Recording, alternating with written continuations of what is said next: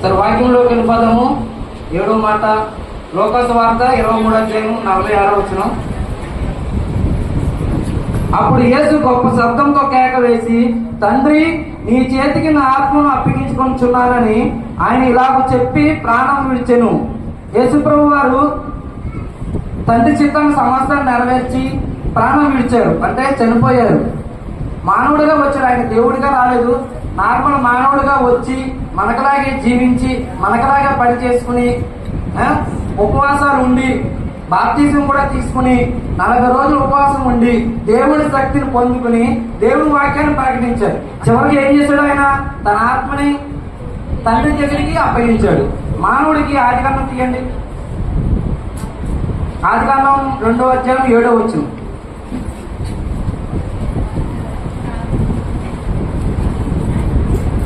దేవుడిని యెహోవా నేల మట్టితో నరుని నిర్మించి వాని నాసికారంధ్రంలో జీవవాయువును వదగా వాడు జీవాత్మాయును. మొదట మనిషి ఎలా పుట్టాడు? మట్టిలోంచి తీశాడు దేవుడు. మట్టిలోంచి తీసిన ఈ మట్టికి ఏం చేశాడు దేవుడు? జీవవాయువును ఊదాడు. ఆయన నాసికారంధ్రంలో జీవవాయువును వదగా నరుడు జీవాత్మాయును. అంటే ఈ మట్టికి ఏమొచ్చింది? ఆత్మ వచ్చింది, జీవం వచ్చింది, ఆత్మ వచ్చింది. ఇప్పుడు నేను నిలబడిన నేను 3 భాగాలు. ఏంటి? శరీరం, ఆత్మ. ఈ శరీరాన్ని ఆత్మని జాయింట్ ఉంచేది ఏంటి? ప్రాణం. ఎప్పుడైతే మనిషి ప్రాణం పోతుందో శరీరం ఇక్కడ ఉండిపోతుంది, ఆత్మ ఎక్కడికి వెళ్తుంది? దేవుడి దగ్గర. అదే ప్రసంగి కూడా చూడండి. ప్రసంగి 12వ అధ్యాయం 7వ వచనం. ప్రసంగి 12:7. మన్నైనది వెనుకటి వలనే తర్వాత ఆత్మ దాన్ని దయచేసిన దేవుని దగ్గరికి వెళ్తుంది. చనిపోయిన తర్వాత ఆత్మ ఎక్కడికి వెళ్తుంది? అందరు ఎవరు చనిపోయినా ఈ మట్టి ఇక్కడ నుంచి తీయబడింది కాబట్టి దేవుడు శరీరాన్ని ఇక్కడ వదిలేస్తున్నాడు. మనం చనిపోయిన తర్వాత శరీరాన్ని ఇక్కడ వదిలేసి మన ఆత్మ ఎక్కడికి వెళ్తుంది? దీన్ని తయారు చేసిన వాడి దగ్గరికి వెళ్తుంది. అక్కడికి వెళ్ళిన తర్వాత ఏమవుతుంది? అసలైన కాదు, అదే మనకు కావాల్సింది. భక్తి జీవితానికి ఏదైనా అసలైన కాదు. ఇప్పుడు వల్ల ఏంటంటే మరణించిన తర్వాతే మన జీవితం మొదలవుతుంది. మరణించిన తర్వాత మన ఆత్మ దేవుడి దగ్గరికి వెళ్తుంది. అక్కడికి వెళ్ళిన తర్వాత ఏమవుతుంది? దేవుడి దగ్గర ఉంటామా? దేవుడి నుంచి దూరం అయిపోతామా? కుడివైపు ఉంటామా? ఎడం వైపు ఉంటామా? దేని బట్టి ఆధారపడి ఉంటుంది? దేని బట్టి ఆధారపడి ఉంటుంది? మనం శరీరంతో, ఈ శరీరంతో ఆత్మతో ప్రాణం కలిగి ఉన్నప్పుడు ఈ భూమి మీద ఏ కార్యాలు చేసామో వాటి బట్టే తీర్పుంటది. అంతకంటే నీ మీద ఎక్స్ట్రా పాపాలు ఏది మోపడు, నీకున్న పాపాలు ఏది తీయడు కూడా. నీవు శరీరంతో ఏ పాపాలు చేసావో వాటన్నిటికీ లెక్క ఉంటుంది. ఒక తీర్పు చూద్దాం. ఏ తీర్పు? మన లోకసోద ధనవంతుడి గురించి ఒకసారి తెలుసుకుందాం. ధనవంతుడు అసలు ఏ పాపం చేశాడని నరకానికి వెళ్ళాడో సాక్షిగా చూద్దాం. 16వ అధ్యాయం 19. 16-19 చదవక.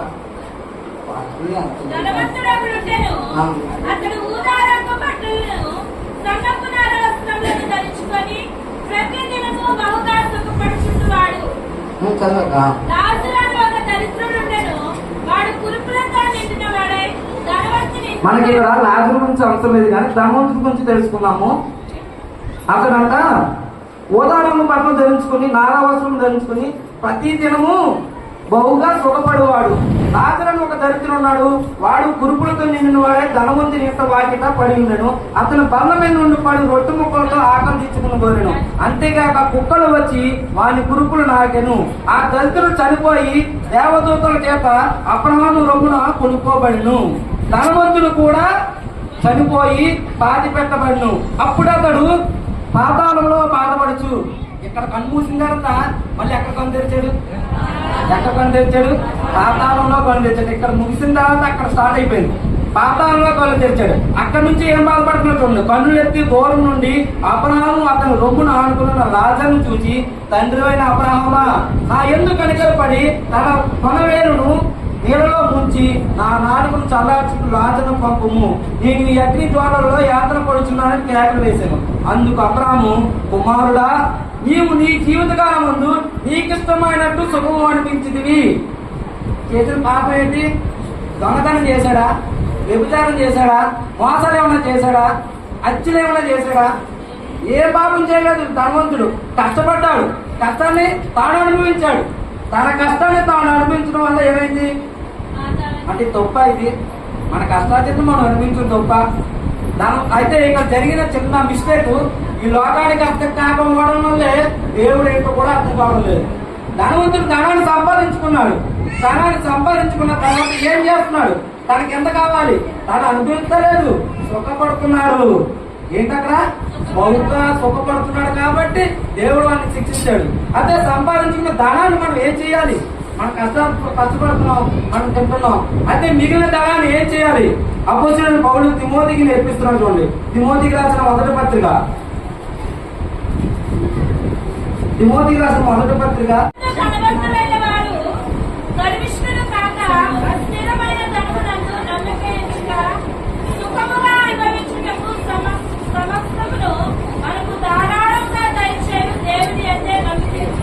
దిగమందు ధర్మంతులైన వారు గర్విష్ఠులు కాక, మనకున్న ధనాన్ని బట్టి గర్విష్ఠులు కాక, అస్థిరమైన ధనముందు నమ్మిక ఉంచక, మనకున్న ధనాన్ని బట్టి నమ్మకం ఉంచకుండా సుఖముగా అనుభవించుటకు సమస్తమును మనకు ధారాళంగా దయచేసిన దేవుడి అందే నమ్మకం ఉంచమని చెప్తున్నాడు. దాని కింద ఆశ్రమతత్వం మీకు వచ్చిన ధనాన్ని ఏం చేయాలి? వారు వాస్తవమైన జీవము సంపాదించుకుని నిమిత్తము. దేని సంపాదించుకోవడం కోసం? వాస్తవమైన జీవం. వాస్తవమైన జీవం ఎక్కడ ఉంది? ఇక్కడ లేదు. ఇది చనిపోతున్నాం, శాశ్వతమైనది కాదు. అక్కడ చూడండి, ఆ స్త్రీతో కూడా ఏం చెప్పాడు? నేను ఇచ్చే ఆహారం తీసుకుంటే ఇంకెప్పుడు తప్పిపోను. ఆ తప్పిపోవడం అనేది శారీరకమైన సంబంధించింది కాదు, ఆత్మీయకి సంబంధించింది. అదే విధంగా ఇక్కడ ధనవంతుడికి ఏం చెప్తున్నాడు? వాస్తవమైన జీవం ఇక్కడ లేదు. ఎక్కడ ఉన్నది? పరలోకంలో ఉన్నది. దాన్ని సంపాదించుకోవడం కోసం మీరు ఇక్కడున్న దాన్ని ఏం చేయాలి? ధనవంతుల కోసం ఏం చెప్తున్నాడు? ఏం చేయాలి? మీరు ఇక్కడున్న దాన్ని వాస్తవమైన జీవనం సంపాదకుల నిమిత్తము రాబో కారులకు మంచి పునాది తమ కొరకు వేసుకొనొచ్చు. మేలు చేయు వారు, సత్క్రియలు ధనం గలవారు, ఔందర్యం గలవారు, తమ ధనములో ఇతరులకు పాలించు వారిగా ఉండాలని వారికి ఆజ్ఞాపించుము. ఏమో ఆజ్ఞాపిస్తున్నాడు? మీ ధనములో ఇతరులకి పాలించువారుగా మీరు ఉండాలి అని ప్రతి ఒక్కరికి దేవుడు ఆజ్ఞాపిస్తున్నాడు. మరి అట్లా చేయకపోతే పరలోకానికి వెళ్ళమా? చెప్పండి. దేవుణ్ణి నమ్ముకున్నాం, బాప్తిజం తీసుకున్నాం, మన పాపాలు ఒప్పుకున్నాం, ప్రతి ఆదివారం చర్చికి వస్తున్నాము, మనకు తోచిన పానికి వేస్తున్నాం, వెళ్ళిపోతున్నాం. ఈ భక్తి సరిపోదా? పరలోకానికి వెళ్ళడానికి ఈ ఆరాధన క్వాలిఫికేషన్ సరిపోదా? పిలుపులు రాసిన పత్రిక, నా మాటలు కానీ పిలుపులు రాసిన మొదటి పత్రిక 30 వచ్చింది చూడండి. క్రీస్తునందు విశ్వాసం ఉంచుట మాత్రమే కాక ఆయన పక్షమున శ్రమ పడుటయు, ఆయన పక్షమున శ్రమ అనేది మనకు అనుగ్రహించబడింది. ఎప్పుడు అనుగ్రహించబడింది?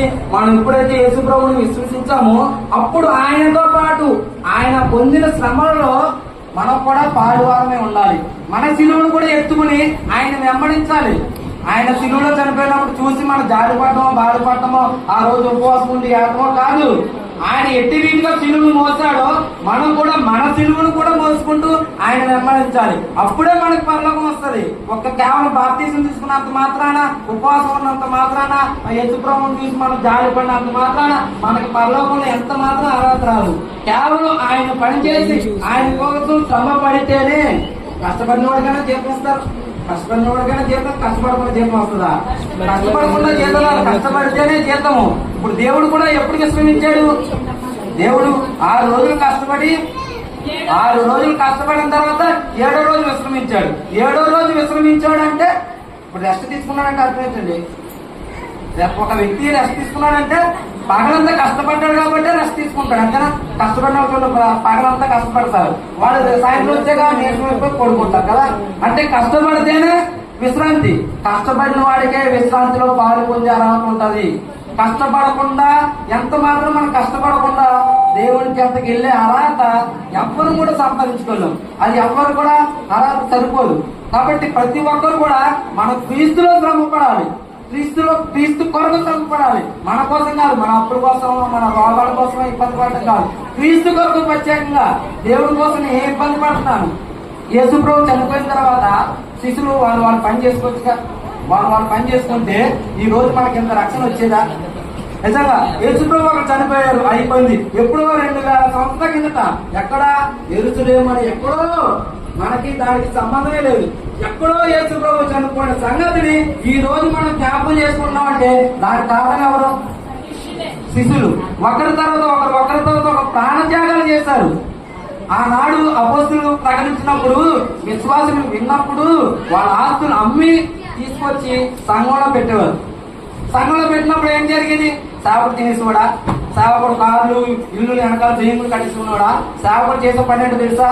ఆ వచ్చిన ధనాన్ని పేదవాళ్ళు ఎవరైతే ఉన్నారో, రోగులు ఎవరైతే ఉన్నారో, చెరసాలలో బంధింపబడి ఎవరు ఉన్నారో వాళ్ళందరినీ పోషించేవారు. ఇది ఒక పద్ధతి. చూసా వచ్చిన ఆ ధనాన్ని ఇలాగ ఉపయోగించుకునేవారు.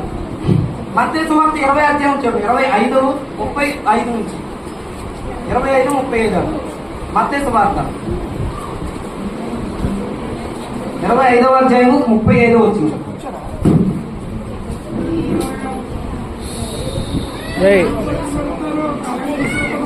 34 మధ్యలో లోకము పుట్టినది మొదలుకొని మీ కొరకు సిద్ధపరచబడిన రాజ్యమును స్వతంత్రించుకొనుడి.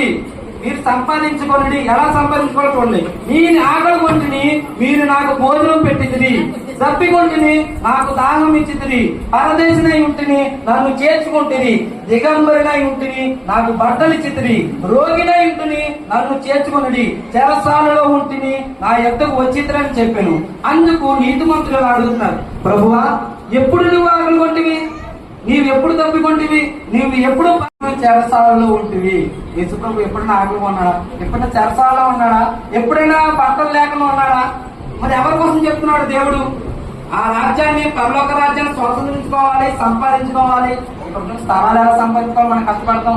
రాష్ట్ర పగలు కష్టపడి చీట్లు వేసి ఏదో మన కింద మీద పడి వచ్చిన స్థలాన్ని సిద్ధపరచుకుంటాం. ఆ స్థలం తర్వాత అందులో చిన్న ఇల్లు కట్టుకోవడానికి సిద్ధపడతాం. ఎలా కష్టపడతామో పరలోకాన్ని సంపాదించుకోవడానికి కూడా రాత్రి పగల్లో కష్టపడాలి. కష్టపడకుండా దేవుడు ఎంత మాత్రం కూడా దగ్గర రానవాడు. ఇప్పుడు నీతిమంతులకి ఈ విధంగా చెప్తున్నాడు, నేను ఆకలి కొన్నప్పుడు మీరు ఆహారం ఇచ్చారు, నేను తప్పికొన్నప్పుడు దానం ఇచ్చారు, బట్టలు లేనప్పుడు బట్టలు ఇచ్చారు, రోగినై ఉండగా నన్ను చూడడానికి వచ్చారు, చెరసాలలో బంధింపబడి ఉన్నప్పుడు నాకు సహాయం చేశారు అన్నప్పుడు నీతిమంతుడు నువ్వెప్పుడు ఈ పరిస్థితిలో ఉన్నావు అన్నప్పుడు నీ చుట్టుపక్కల ఉన్న వాళ్ళకి సహాయం చేశారు కాబట్టి నాకు చేసినట్టే అని చెప్పాడు. ఎవరికి సహాయం చేసినట్టు? మన చుట్టుపక్కల ఎవరైతే పొదుగుతూ ఉన్నారో వాళ్ళ పొదుగుని చూసి క్రైస్తవులుగా మనం స్పందించాలి. ఎవరు స్పందించాలి? మనమే స్పందించాలి. సత్యాన్ని తెలిసిన మనము, దేవుని తెలుసుకున్న మనమే స్పందించకపోతే లోకానికి, చీకట్లో ఉన్న వాళ్ళకి, పాపంలో ఉన్న వాళ్ళకి ఏం తెలుస్తుంది? సత్య దేవుని ఎవరు చెప్తారు? ఉప్పులా ఉండవలసిన మనమే తప్పగా ఉన్నాం అనుకోండి, ఉప్పుదాన్ని ఎలా వస్తుంది? ఇప్పుడు కూరలు ఉప్పేస్తున్నారా? కూరలు ఉప్పేస్తున్నారు. ఎందుకు వేస్తున్నారు? టేస్ట్ కోసం. ఆ ఉప్పుగా లేకపోతే, ఉప్పుకే ఉప్పుదల లేకపోతే ఇంకేం వేస్తారు? ఏమేస్తారండి? ఉప్పు బదులు ఇంకేం వేస్తారు? ఏం వేయడం కదా. లోకానికి వెలుగు చూపించవలసింది ఎవరు? మనమే చీకటిగా ఉంటే ఇంకా లోకానికి వెలుగు ఎలా వస్తుంది? యేసు ప్రభు త్యాగం చేసి ఎప్పుడో వెళ్ళిపోయారు. ఆయన చేయవలసిన పని అంతా సమస్తం చేసి వెళ్ళిపోయారు. ఇంకా తర్వాత చేయవలసిన బాధ్యత ఎవరిది? మనదే. మనకన్నా ముందు వాళ్ళు ప్రాణ త్యాగాలు చేస్తారు కాబట్టి మనకి రక్షణ వచ్చింది. మనము రక్షణ పొందేసి బాధ్యత తీసుకుని చర్చికి వస్తే మన పిల్లవద్దడానికి ఎవరు సువార్త ప్రకటిస్తారు? చెప్పండి, ఎవరు సువార్త ప్రకటిస్తారు? నీ కడుపులో పెట్టిన పిల్లలకి రక్షణ ఎవరు చెప్తారు? తర్వాత వాళ్ళకి రక్షణ ఎవరు చెప్తారు? మనమే ప్రకటించాలి. ఉదాహరణ, మన ముందున్న సేవకులను జ్ఞాపకం చేసుకుందాం. ఆయన రక్షణ తీసుకున్నాడు, సన్నిధికి వెళ్ళేవాడు. అక్కడ దాడిపో ఉంటే ఈ రోజు ఇక్కడ ఈ స్థలం ఉండేదా? ఈ స్థలంలో సంఘం ఉండేదా? ఈ స్థలంలో మనం ఉండేవాళ్ళమా? ఆయన త్యాగం చేశాడు. ఆయన ఉన్న దాంట్లో కొంత తీసి దేవుడికి ఇచ్చాడు. దేవుడికి ఇవ్వడంతో పాటు ఆయన కష్టపడ్డాడు కాబట్టి మనకి రక్షణ వచ్చింది. మరి ఈ రక్షణ తీసుకుని మనం ఆ రక్షణ తీసేసుకుని ఇంట్లో కూర్చుంటే సరిపోయింది. సరిపోతుందా? సరిపోదు. మనం కూడా ఇతరులకి ప్రయాసపడాలి. ప్రయాసపడినప్పుడే మనకి కలుగుతుంది. చూడండి, లాస్ట్ లో ఒకటే వాక్యం చెప్పి ముగిస్తాను. లోక సువార్త 17:33. 17వ అధ్యాయం 33. లోక సువార్త 33 అట. తన ప్రాణమును రక్షించుకొనువాడు దాన్ని పోగొట్టుకొనును, దాన్ని పోగొట్టుకొనువాడు దాన్ని సజీవముగా. తన ప్రాణమును రక్షించుకొనువాడు దాన్ని పోగొట్టుకొనును. ఈ లోకంలో ఉన్న వాళ్ళందరూ త్యాగం ఏంటి, కష్టపడిన ఏంటి? నా ప్రాణం కాపాడుకోవాలి, నా తర్వాత నా పిల్లల సుఖంగా ఉన్నారు, దాని తర్వాత వాళ్ళ పిల్లల సుఖంగా ఉన్నారు. ఇలా వాళ్ళ యొక్క చుట్టుపక్కల వాళ్ళ రక్త సంతులు కడుపు పుట్టిన వాళ్ళు అందరూ సుఖంగా ఉండాలని వాళ్ళు కలిగి ఉన్న దాన్ని గట్టిగా పట్టుకుంటున్నారు. గట్టిగా పట్టుకున్న ప్రతి వాడు కూడా కోల్పోతాడు. వాక్యం అదే చెప్తుంది. గట్టిగా ఇవి పోగొట్టుకోకూడదని నువ్వు దేన్నైతే గట్టిగా పట్టుకున్నావో దాన్నే కోల్పోతావు. అయితే నా నిమిత్తం దాన్ని కోల్పోతే నువ్వు దేన్నైతే కోల్పోతావో దాన్ని నేను మరలా ఇస్తాను అంటున్నాడు. దేవుని కోసం మన ధనాన్ని పోగొట్టుకున్నావు అనుకో తిరిగి 1000 రెట్లు ఇస్తాడు దేవుడు. ఒకవేళ ప్రాణాన్ని పోగొట్టుకున్నావు అనుకో దేవుడి పక్కన కూర్చునేంత స్థానం వస్తుంది మనకి. నిజంగా వస్తుంది కదా. యేసు ప్రభు తండ్రి చిత్తాన్ని ఆలకించి తండ్రి చిత్తాన్ని మాట విని శిలువలో మరణించాడు కదా. తండ్రి చిత్త ముందు రోజు రాత్రి దీన్ని నేను చేయలేను అన్నాడు. సరే అయినా ప్రభు అయినా తండ్రి నీ కోసం నీ చిత్తం కోసం నేను చనిపోతున్నాడు అన్నాడు. దానికి ప్రజలంగా యేసు ప్రభుకి తండ్రి అయిన దేవుడు ఇచ్చిన బహుమానం తెలుసా? ఫిలిప్పులు రాసిన పత్రిక 2వ అధ్యాయం చూడండి. తండ్రి అయిన దేవుడు యేసు ప్రభుకి ఇచ్చిన గొప్ప బహుమతి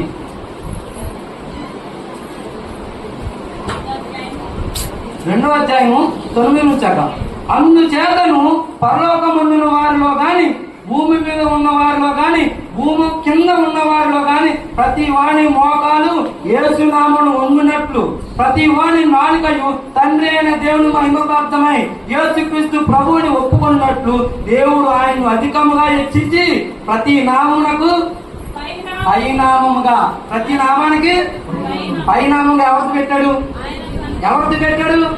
యేసు ప్రభువుది పెట్టాడు.